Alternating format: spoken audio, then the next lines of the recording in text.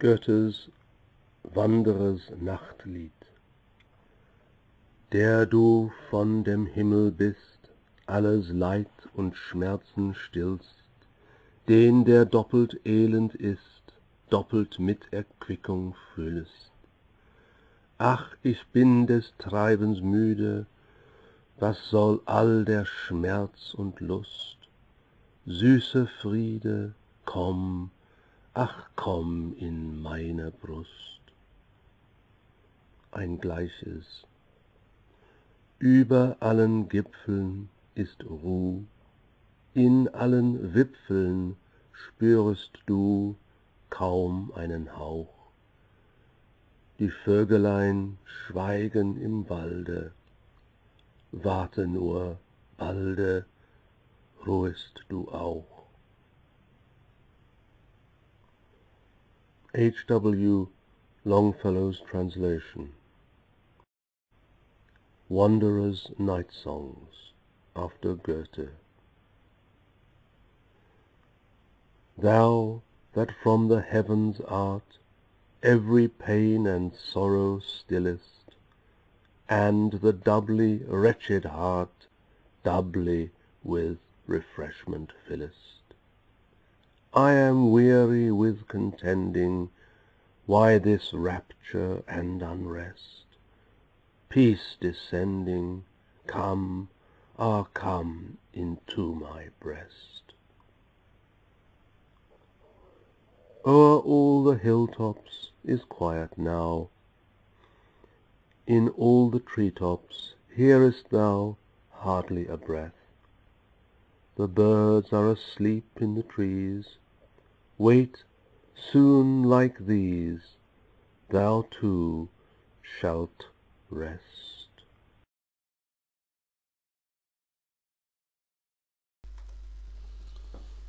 Before raising wider issues, I'd like to look at one or two points of translation, translating individual words. First of all, should one translate Wanderer as wanderer? In a dictionary today you might find wayfarer, traveller, even hiker. And then thou and do. That's a difficulty because thou conveys the whole world of Shakespeare and the Bible, a past world maybe, and do doesn't do that necessarily.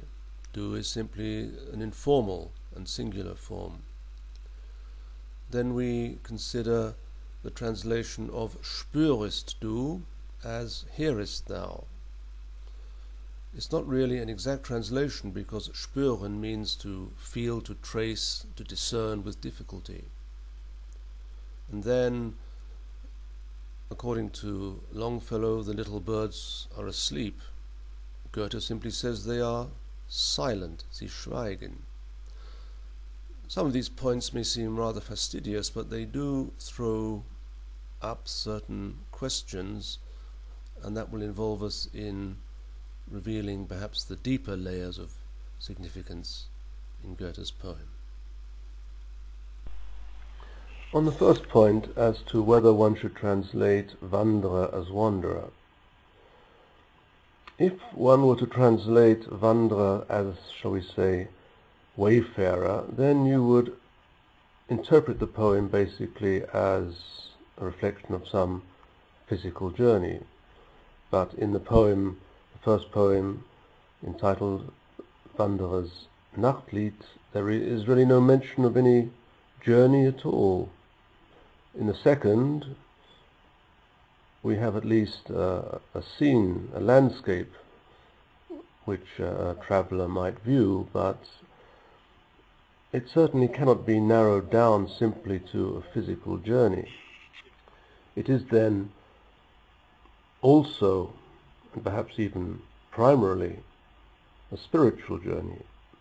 And there I think the English word wanderer is very suitable. We have the wandering pilgrim, we have the poetic wanderer, I wandered lonely as a cloud.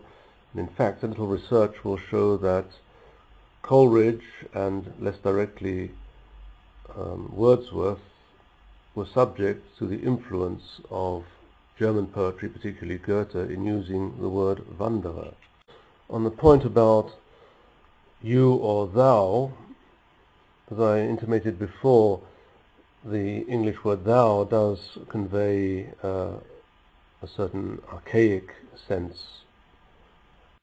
On the point about whether one should translate spüren as hear, one has to confront the general question, what does the second poem represent? A landscape.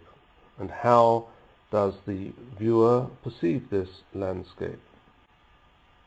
Longfellow's poem seems to imply that it was pitch black. One could only rely on the auditory sense. To be pedantic, how can one hear movement or the rustling of leaves in the top part of a tree and not in other parts of the tree?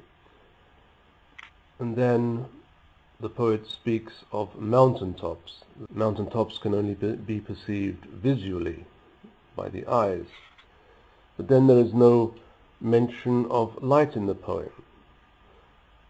We know there can only be two sources of light that could illuminate the landscape. The sunset, but then why is the poem not entitled, as elsewhere in Goethe, Abendlied? It is Nacht. Then the only alternative possibility is that the landscape is illuminated by the moon, because the poem is essentially dedicated to Frau von Stein, Goethe's inspiration, his muse, his friend, maybe more. In another poem by Goethe, An den Mond, to the moon, which echoes certain lines in Wanderer's Nachtlied, the dedication to Frau von Stein is made very clear. Why doesn't Goethe then mention the moon? I think in poetry implications are often much more subtle and far-reaching than descriptions. The poem, in a sense, is a study in the implication of minimal statement, and that is why I feel the birds are silent, not necessarily asleep. So the poem basically combines the physical, when Goethe as the location where Goethe wrote the poem, in fact he carved it into a board, specific. But the poem also bespeaks a poetic and a spiritual journey. And the only way of encompassing, I think, the physical, the poetic and the spiritual is by using the word wanderer.